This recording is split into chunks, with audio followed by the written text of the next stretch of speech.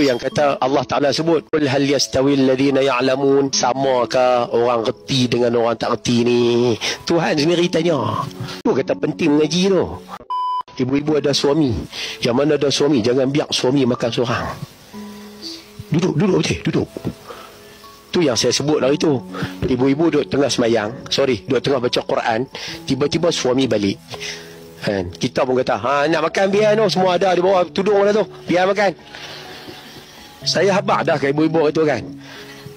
Baca Quran tu hukum dia sunat. Layan orang tua tu, tak ada melawak. Layan suami tu, kalau ibu-ibu faham hukum, ibu bukan tutup Quran tu tau. Tutup Quran, pi dekat dapur, buruh bernasi apa semua, duduk situ tau. Kalau ibu faham hukum, tu kata penting mengaji tu. Tu kata penting mengaji. Bukan saja nak sebut kata prioriti dia kat mana masa tu. Orang yang faham hukum, dia akan tutup Quran, dia pergi layan. Sebab layan masa tu wajib. Tak faham ya, dulu orang makanlah nak baca Quran ni. Sedangkan dia baca Quran tu sunat. Dia tak layan suami. Kalau takdir Allah, suami pula sambil duduk cedok tu berasa hati. Kan? Dia ada bini macam tak nak bini ya. Dosa tau. Dosa pula. Baca Quran tu berdosa pula kita. Tu yang kata Allah Ta'ala sebut, qul hal yastawil ladzina ya'lamun, samakah orang reti dengan orang tak reti ni? Tuhan sendiri tanya. Kita sendiri tahu jawapan, tak sama. Lepas tu biar kita mengaji, kita tahu, kita buat macam mana yang betul.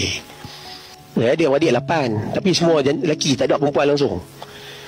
Jadi bila daripada kecil, biasalah kono kecil-kecil tak apa, makan meleduk sekali. Tapi bila masing-masing lah besar, bila besar, rumah mak di mata pasiak je, tengah sintuk Tanjung Putih tu. Sekarang ni pakat balik, memang balik. Anak adik-adik balik. Melainkan yang seorang duduk KL tak balik lah, sekali-sekala sebulan sekali balik lah. Macam kami duduk sini balik, saya 2-3 hari sekali balik. Sampai rumah dia makan ke.